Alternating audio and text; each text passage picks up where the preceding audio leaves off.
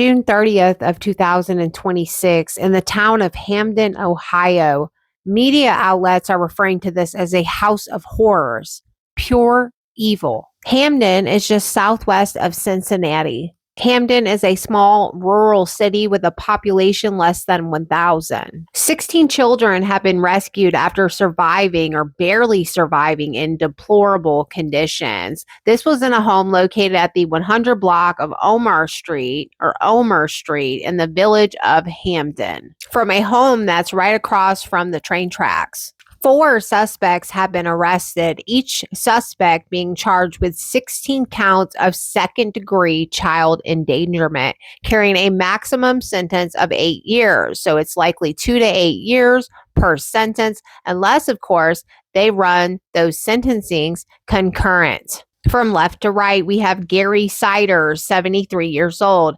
Christina Siders, 66 years old, mother to all of the children in that household, Elizabeth Siders, 33 years old, and then Gary Siders II, 36 years old.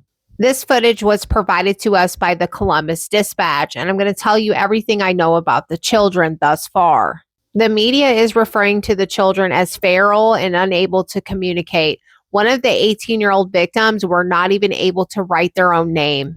These children were living in disgusting squalor with human waste all around. The children's ages are 18, 16, 15, 14, 13, 11, 10, 8, 6, 5, and then 3 sets of twins, one set 4 years old, one set 2 years old, and then one set 1.5 years old. And there could possibly be other children that just were not able to survive these deplorable conditions. That has not been confirmed at this time. So this is in Benton County, Ohio, and the Benton County School District has no information indicating any of these children had ever been enrolled. Allegedly, the family members moved around southern Ohio over the past 2 decades and avoided setting up medical and government records.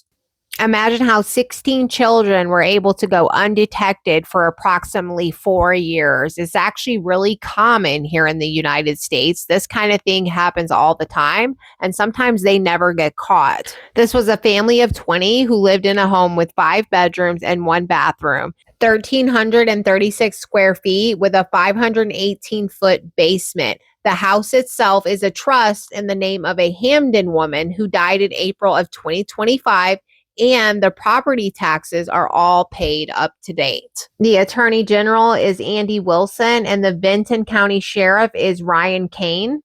Attorney General Wilson said, and I quote, "Most of the livestock was kept better conditions than the children. They look like almost feral animals." Wilson said that it's not human trafficking, but an intra-family situation. Go look that up. Wilson also said this was the worst he has encountered in his entire career. 7 of the children were transported to hospitals in Columbus, and 2 were flown to level 1 trauma centers by helicopter. 1 child was in critical condition on Tuesday and had to be intubated. All of the victims spent their time in a 12 by 12 room or living space. Joseph Stewart, a 60-year-old neighbor that lived on that street for 6 years, said he saw no kids at all and called it a quiet neighborhood. 64-year-old Petey Angels had also never seen children anywhere near the home. "Nothing happens here," Petey says. The state is seeking temporary custody of all of the children.